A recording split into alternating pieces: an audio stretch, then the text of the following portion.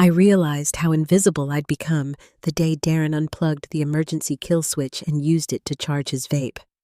That little red box was supposed to shut down the entire conveyor line in under 3 seconds if someone's sleeve got caught. Or worse, but there he was, squatting next to it like some frat relic, muttering, "Relax." Nobody ever touches that thing. Not unless they want to end up in a hospital newsletter. And I just walked past, clipboard in hand, pretending to measure package weights while mentally logging another potential headline. Warehouse accident number 47. I'd worked in this distribution center for 7 years, longer than the epoxy coating had held on the concrete, and I'd seen enough human stupidity masquerading as innovation to fill a bingo hall for retired engineers. Darren was new, fresh from some uncle's nepotism pocket, dropped into a high-visibility vest because his uncle, the regional VP, insisted he needed real-world experience, apparently gathered while wearing $250 sneakers on a forklift floor. He arrived with a stack of culture memos and a whiteboard labeled Fun Initiatives. His first decree, clear the north wall for cornhole tournaments. Second, relocate the safety data sheets to a supply closet to improve vibe. I wish I were exaggerating. If you're listening and smirking, maybe go ahead and subscribe. Toss a like if you've ever had to quietly clean up someone else's disaster while smiling through an HR write-up for tone. Darren didn't remember names unless they were young, loud, or Instagram famous. He called Paul in shipping old guy, despite Paul being able to reverse load an 18-wheeler blindfolded in under 6 minutes. He called me safety chick, despite my industrial safety degree and 3 state-level warehouse citations in my name. Darren skipped pre-op safety meetings, calling them low vibe, and started cutting corners, literally taping over hazard zones to install ping-pong tables. Every time I flagged a problem, I got written up for negativity after asking why the defibrillator had been unplugged during his foam Friday party. At some point, I stopped arguing and started documenting. Plain black notebook, dates, times, violations, cross-referenced with security footage when possible, mirrored digitally on a private drive, just covering my ass. Floor staff noticed, unofficially. Rico tipped me off when machines were handed to untrained temps, and Marcy from scheduling accidentally CC'd me on emails showing high school interns running pallet jacks alone. Nobody said a word. Troublemakers get watched, and everyone knew I might pull the fire alarm if real flames appeared. I hoped Darren would just settle in, abandon prank days and hazard foam, and let me do my job. Hope in a place like this is a liability. Being invisible means no one notices when you're the only one remembering which corner the extinguisher is in. Darren, however, was about to discover what happens when the safety chick keeps better receipts than HR. He got promoted the same week we had a near miss with a faulty hoist, a move called a strategic restructuring to inject energy into operations, which really just meant nepotism in a vest. His first act, replace lockout-tagout signage with motivational quotes, standing under a 2-ton pallet lift reading "Smile." It's Monday was a new kind of fear. Then came his culture calendar, Pajama Day, Opposite Day, Trust Fall Friday, and the Warehouse Olympics, including timed forklift races and blindfolded pallet pushes.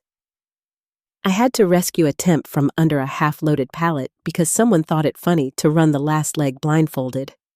When I suggested running events after hours, away from machinery, he blinked like I'd asked him to recite tax code, called me a buzzkill, laughed, and 3 hours later HR emailed me about my attitude. I closed it, stared at the emergency exit plan, and opened a new folder in my log titled Darren Changes. I wasn't plotting revenge, just documenting. Glenn the janitor warned me of beer cans in recycle bins. Rico nodded grimly at prank prep stations. The mood shifted like a pressure drop. Forklifts idled, cameras unplugged, lockouts skipped. I stopped eating in the break room, spent lunch in the security corner, earbuds in, eyes on screens. One day, Darren brought a karaoke machine onto the mezzanine above the conveyor zone. Watching a temp belt, living on a prayer as the mic cord dangled, I thought, yes, this is our reality. Nerf guns, silly string, GoPros, water balloons, confetti buckets, harmless until Jose, A 19-year-old tech nearly got crushed by a forklift with the alarm bypassed. I sprinted, hit the master kill switch, and the kid survived, pale and trembling. Darren laughed, called me reflexive, waved off the incident. I photographed the bypass panel, logged it.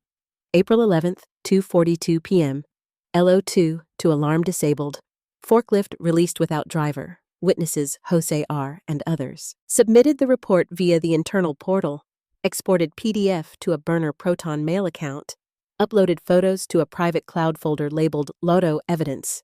Darren stormed in, scoffed, called it a prank. I just documented. HR warned me, but I continued logging every violation offline, time-stamped, cross-referenced with OSHA 1910.147, silent, precise, while Darren strutted through the building, live streaming rants, installing disco balls, and holding manager mindset Mondays. 3 near misses, 2 temporary injuries, countless bypasses, all logged. I kept writing. Quietly, because sometimes sidelines give the clearest view of the wreckage. The week after the forklift incident, I started noticing subtle patterns in Darren's chaos.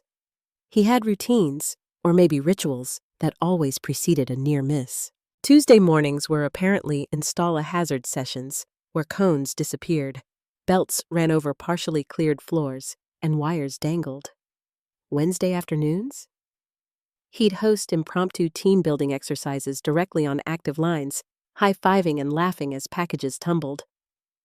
I realized the pattern while reviewing security footage from the mezzanine. Each prank had a signature move, a little flourish, like he wanted someone to notice but not someone who mattered. That someone, it turned out, was me. I began cataloging everything: the type of prank, time, location, participants, and potential OSHA violation. By Thursday, I had a spreadsheet longer than the employee handbook. I wasn't being paranoid. I was being methodical. Glenn, the janitor, kept sliding me notes with details too small for cameras to catch. Wet floors, loose screws, misplaced handrails. Marcy forwarded me scheduling conflicts that forced untrained staff into high-risk areas. The company portal was full of Darren's emails, dismissive or mocking any suggestion of compliance, always signed with that annoying "let's have fun" tagline. I archived them all. By Friday, I was ready. I compiled a report, not emotional, not vengeful, just raw evidence. Dates, times, photos, video clips, OSHA codes referenced, witness statements. I formatted it professionally, as if I were submitting a thesis. I even included a cover page: Operational Hazards and Safety Noncompliance. I emailed it to a federal compliance hotline using a burner account, hitting send with fingers that didn't shake. It was weirdly satisfying. I didn't feel malicious. I felt responsible. Darren, of course, didn't notice. He was too busy decorating the mezzanine for Foam Friday 2.0 with colored confetti and a fog machine. The floor smelled like a chemical cocktail, and the sprinklers were taped over with duct tape and foil. I bit my tongue, quietly cataloging every infraction while he strutted around in oversized sunglasses, narrating his own epic vlog. The next Monday, the results started trickling in. The compliance office emailed a request for immediate inspection, citing potential OSHA violations that could lead to fines and mandatory shutdowns if not addressed. Darren had no idea what hit him. HR started asking questions, first politely, then nervously, as if they'd suddenly remembered all those negativity reports I had received over the past months. The management team called an emergency meeting, and for the first time, Darren was quiet, shuffling papers, mumbling. I stayed in the back, arms crossed, pretending to scan the room, though my heart was doing a victory tap dance. The auditors arrived Wednesday morning, laptops in hand, clipboards at the ready. They walked every line I had documented, referencing my reports against live equipment, photos, and staff testimonies. By lunch, the auditors were nodding seriously, taking photos, and typing notes. Darren tried to charm them, waving around a whiteboard that read "Safety first, fun second," but it fell flat. Auditors don't respond to slogans. They responded to facts. Missing lockout tags, unplugged emergency stops, unsecured loads, and a laundry list of repeated negligence. He floundered, losing composure as each violation was read aloud. HR kept glancing my way, expressions shifting from caution to awkward admiration. By Thursday, federal investigators issued temporary compliance holds. The mezzanine had to be cleared, the sprinkler system inspected, and all prank paraphernalia removed immediately. Any further infractions would trigger penalties in the hundreds of thousands. Darren's face went pale. He had spent months turning the warehouse into his own playground, but now the playground was off limits, and the cost of his fun was officially documented. Staff whispered in the break room, nervously delighted. A few high fives were exchanged under the radar. I stayed professional, watching him fume silently. He tried to schedule an all-hands-fun review meeting, but every HR email rejected it.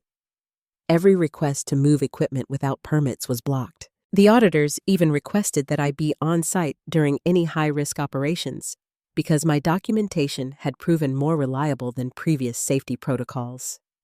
Darren avoided me like I carried a virus. By Friday, the compliance office confirmed that fines were imminent, and the temporary shutdown would continue until all corrective actions were verified. I walked past the mezzanine, clipboard in hand, glancing at the fog machine still sitting idle. Darren looked at me from across the floor, a mixture of disbelief and fury. But there was nothing he could do. The entire operation had been frozen because I documented every single prank, every unsafe shortcut, every ignored protocol. My invisible role had finally been seen. I didn't gloat. I didn't celebrate. I just returned to my station, quietly reviewing schedules, checking locks, and cataloging hazards, as I had always done, now with federal backing. The warehouse was quiet. The chaos had paused, and for the first time in months, I felt a strange, serene satisfaction. Accountability, delivered not by shouting or confrontation, but by methodical, undeniable evidence. The following week, the atmosphere in the warehouse had shifted completely. Staff moved cautiously, checking each other's work, securing equipment, and following protocols as if someone had finally flipped a switch in their minds. Darren, meanwhile, roamed the floor like a caged animal, muttering under his breath, trying to reclaim control but realizing quickly that his antics no longer held any sway. The federal inspectors required weekly updates, photos, and signed acknowledgments from supervisors on every single safety measure. Even minor oversights now carried weight, and Darren had no room to maneuver. I noticed him hovering near the break room, watching employees clean up the last of the confetti from Foam Friday 2.0, his oversized sunglasses hiding nothing. He seemed to wait for an opportunity to spin the situation, but each attempt was cut short by HR emails or auditor requests. On Wednesday, I got a surprise when Marcy from scheduling handed me a small envelope. Inside were notes from several employees who had been too scared to speak up before. They detailed incidents I hadn't documented, near misses and unsafe practices that Darren had shrugged off as jokes. I added them to my master spreadsheet. Each line made me more meticulous, but also oddly empowered. By Thursday, Darren's facade began to crack. He tried to reintroduce minor pranks, stacking boxes haphazardly, moving cones, but auditors and managers intercepted each one before it escalated. The federal hold made every action traceable, each infraction recorded in real time. He started complaining to HR, claiming employee sabotage or exaggerated reporting, but nobody listened. The warehouse had effectively become a supervised environment where safety replaced chaos. I spent my days quietly monitoring operations, ensuring every protocol was followed. Staff came to me with questions, not complaints, recognizing my diligence without needing to acknowledge it aloud. Even Glenn, the janitor, gave me a thumbs up as we passed on opposite aisles, signaling solidarity. Friday morning, the auditors called an emergency video conference. They praised the documentation, the thorough reporting, and the immediate corrective actions. My spreadsheets, photo evidence, and video clips had formed the backbone of their inspection, and they explicitly noted that compliance levels had improved dramatically since my report. Darren was present, trying to argue that the improvements were coincidental, that staff had just gotten lucky. But the auditors ignored him. They had facts, dates, timestamps, and signed statements. Every rebuttal he made was countered by evidence I had meticulously collected over weeks. By mid-afternoon, HR and management met privately to discuss Darren's future. They were clear. Repeated safety violations, even under federal scrutiny, would not be tolerated. Any further incidents could result in termination.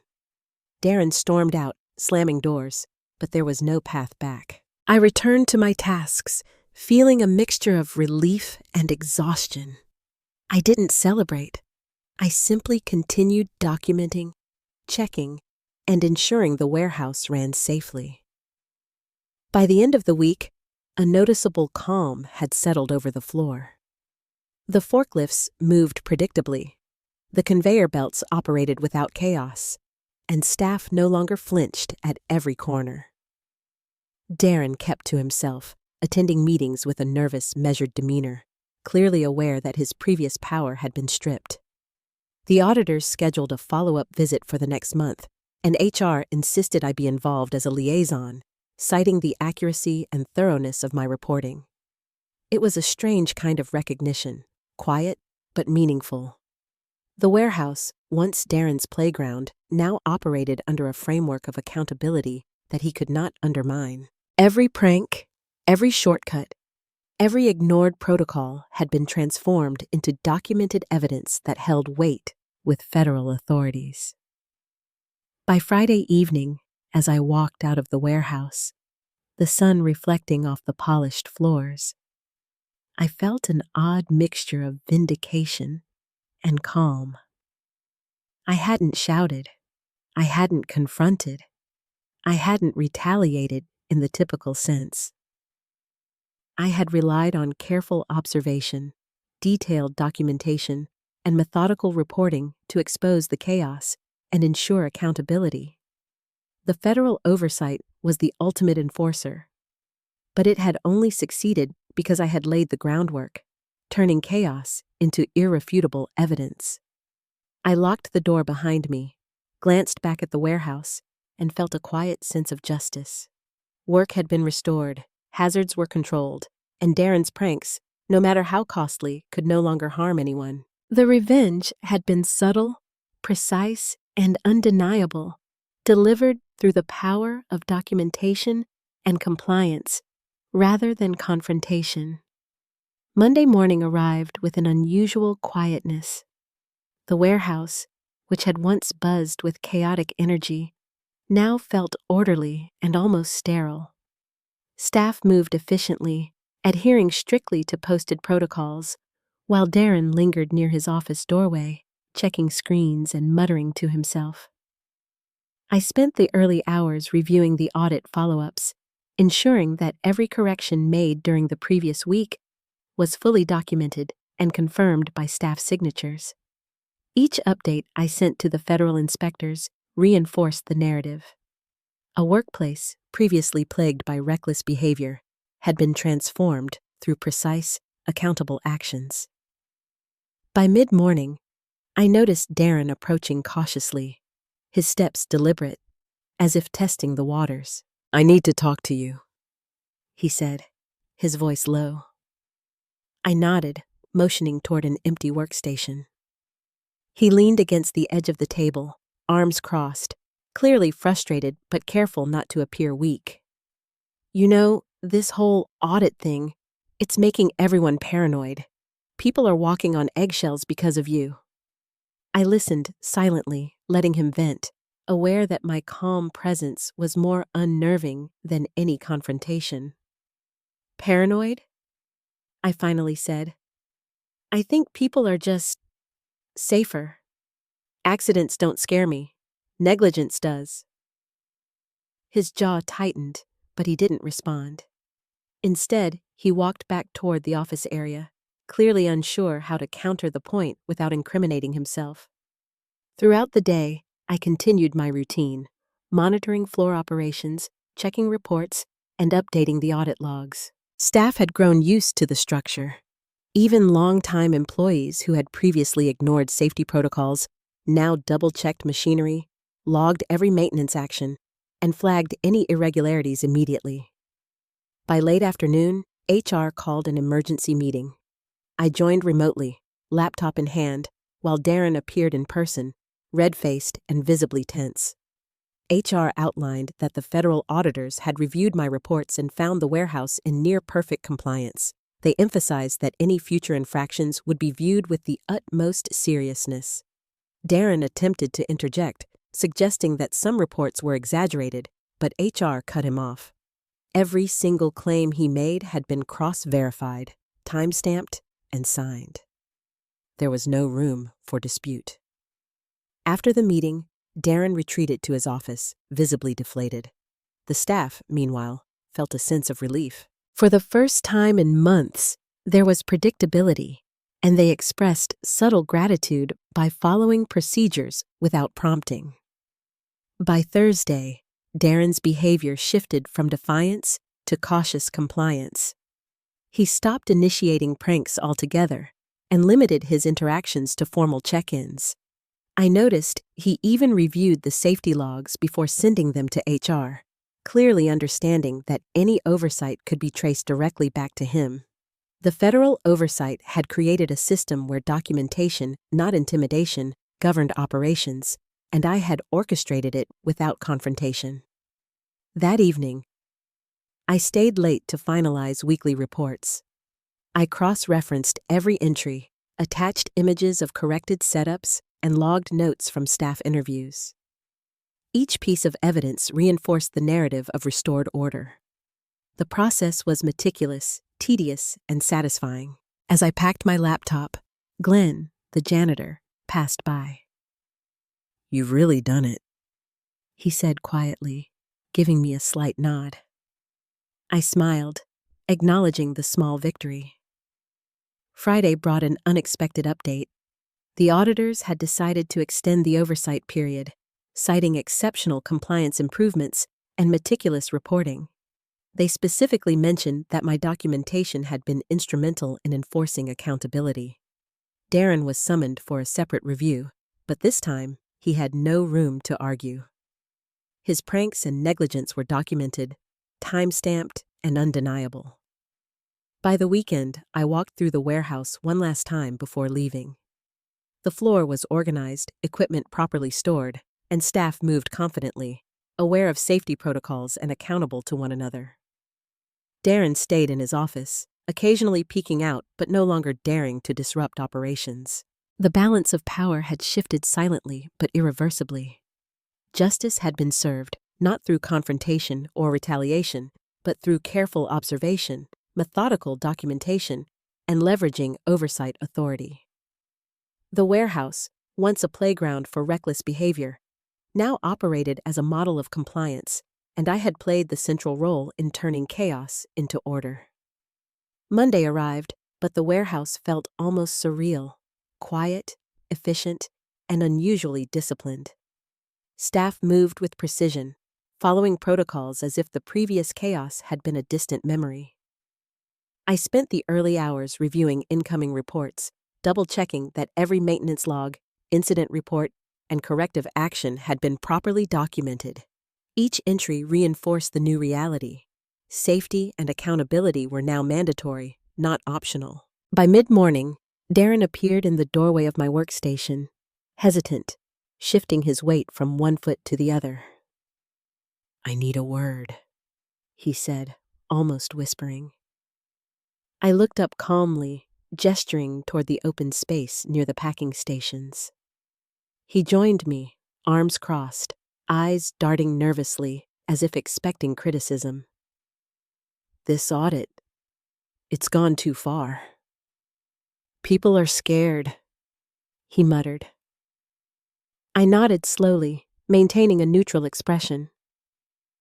"They're not scared, they're cautious. Accidents cost lives, negligence costs jobs, that's all." He fidgeted, searching for a response, but found none that didn't sound defensive or weak. I returned to my work, letting the silence speak louder than words. The rest of the day passed without incident. Staff adhered to procedures, double-checking labels, scanning inventory, and reporting irregularities immediately. Even long-time employees who had previously ignored safety protocols now logged every detail, clearly understanding that oversight was not optional. That afternoon, HR summoned an urgent video call. I joined remotely while Darren appeared in person, his posture stiff, face red with frustration. HR announced that federal inspectors had reviewed the latest batch of reports and found near-perfect compliance. They specifically credited my documentation and follow-up actions, stating that the warehouse was now a model of operational accountability. Darren attempted to interject, suggesting some reports were exaggerated, but HR swiftly dismissed him. Each claim he tried to make was thoroughly backed by timestamps, signed logs, and photographic evidence. No argument was possible.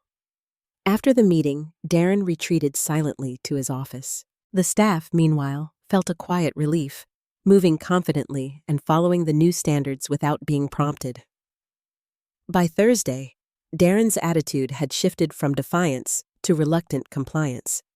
He stopped initiating distractions or pranks, limiting his actions to formal check-ins. Even his reports were reviewed twice before submission, demonstrating a new respect, whether reluctant or forced, for accountability.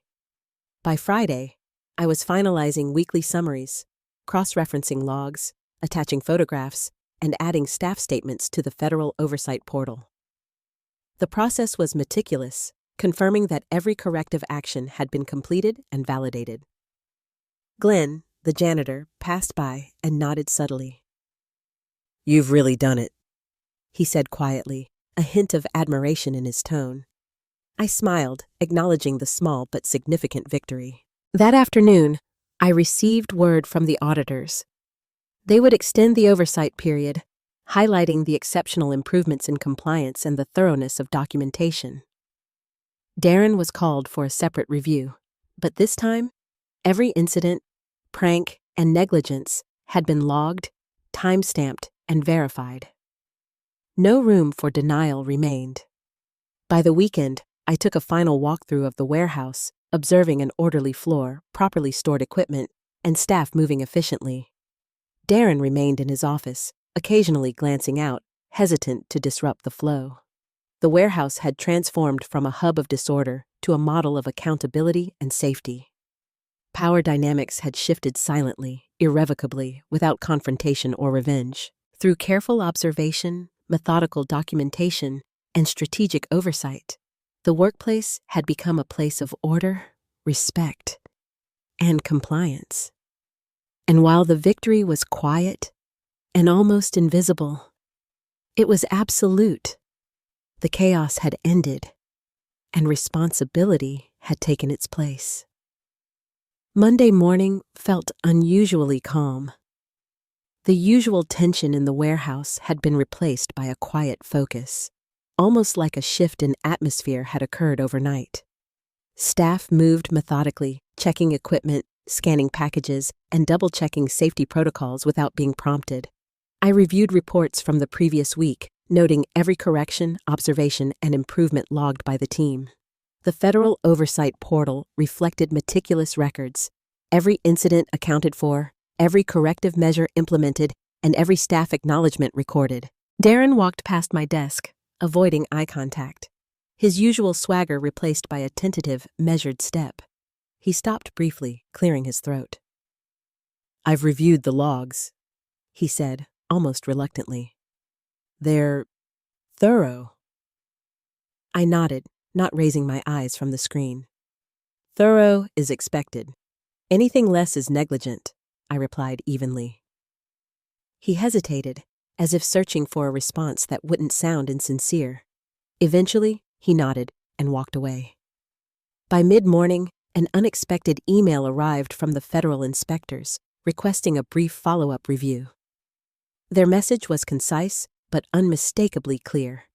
They had been impressed with the compliance improvements and the comprehensiveness of documentation, citing the warehouse as an example of operational accountability. I forwarded the email to HR and my immediate team, who exchanged quiet smiles, a shared acknowledgement of the hard work paying off. During the afternoon, I walked the floor, observing staff interactions. Conversations were now professional, focused on tasks and safety procedures rather than gossip or pranks. Equipment was properly stored, and every corner of the warehouse was organized. Even the long-standing skeptics were participating, documenting their activities, checking logs, and confirming tasks had been completed correctly. Darren appeared again, this time near the loading docks, supervising staff with an almost mechanical attention to detail. I observed from a distance as he issued instructions, corrected minor mistakes, and even acknowledged staff for following protocol. It was a marked change from his previous behavior, where his presence often triggered disruption. By Thursday, the warehouse had settled into a rhythm. Staff confidence was high, productivity had noticeably increased, and every process was being followed to the letter. I continued updating the federal portal, attaching photographs, reports, and detailed summaries of corrective actions. Each submission reinforced the message. Accountability was no longer negotiable, and compliance was mandatory. Darren's influence, once disruptive, had been neutralized. He no longer attempted shortcuts, tricks, or pranks. His reports were accurate, timely, and verified, a testament to the systemic changes in oversight. Friday arrived with the usual bustle, yet it was markedly different from previous weeks. Staff moved efficiently, communicating clearly, and following established procedures. I reviewed the final weekly summary, ensuring every detail had been logged, every improvement verified, and every irregularity corrected. The auditor's follow-up review confirmed that the warehouse was now a model of compliance, efficiency, and safety. Darren's separate review session highlighted the shift as well. Every prank, negligence, and oversight had been recorded and substantiated. There was no room for denial, no possibility of dispute. By the end of the day, I conducted a final walkthrough, observing staff completing their tasks with precision, equipment stored correctly, and the warehouse functioning smoothly. Darren remained in his office, occasionally glancing at the floor, cautious not to disrupt the flow. The transformation was complete. Disorder had given way to structure, pranks to procedure, chaos to accountability. While the victory was quiet and largely unseen, it was undeniable. Through strategic observation, meticulous documentation, and methodical oversight, the workplace had changed fundamentally. Responsibility had been reestablished, respect restored, and the culture of pranks and negligence permanently replaced with professionalism. The shift was subtle but irreversible, the lesson clear. Accountability, when enforced thoughtfully, leaves no space for chaos or disregard. The weekend offered a quiet reprieve, but I spent the time reviewing every step of the process once more. The federal audit had ended, but the documentation, observations, and records were more than just a report. They were proof that the workplace could not revert to its previous state of disorder. I went through every checklist, every photo, every submitted form, ensuring that nothing had been overlooked, nothing could be contested. Each record reinforced the pattern I had established: clear accountability, verified corrections, and staff engagement. Monday morning returned with a renewed sense of purpose in the air. The team arrived on time, fully prepared, and aware that every action was being observed, logged, and potentially referenced in future reviews.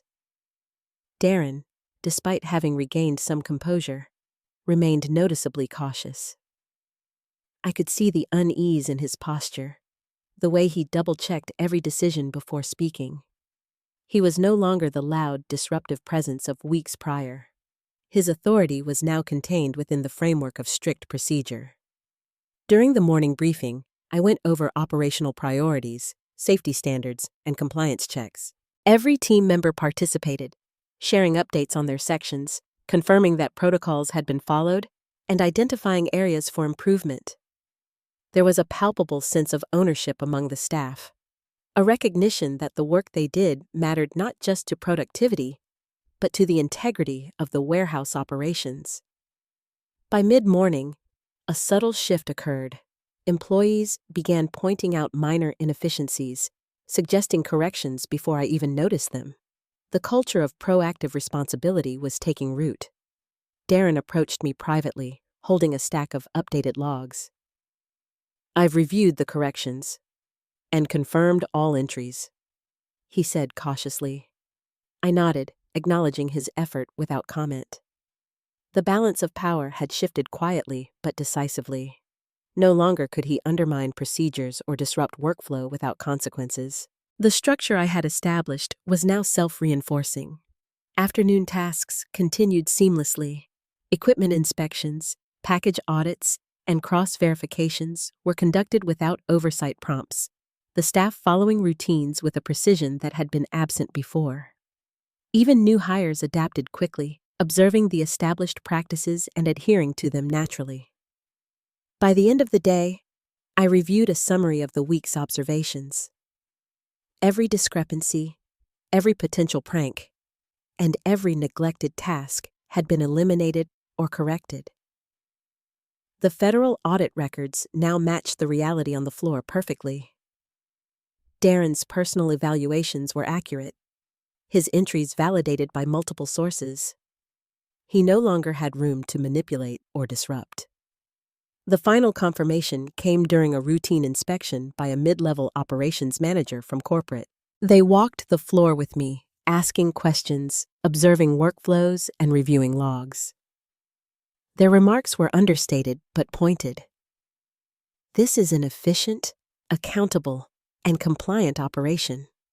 There's no deviation, no gaps, and no oversights." I kept my expression neutral. But internally, it was a validation of every careful, deliberate step taken over the past weeks. Staff continued to function with focus. Communication was clear, and the warehouse operated like a well-oiled machine. By late afternoon, I conducted a final sweep, checking logs, verifying equipment, and observing interactions. Darren lingered in his office, occasionally glancing toward the floor, a reminder of the power dynamics that had quietly shifted.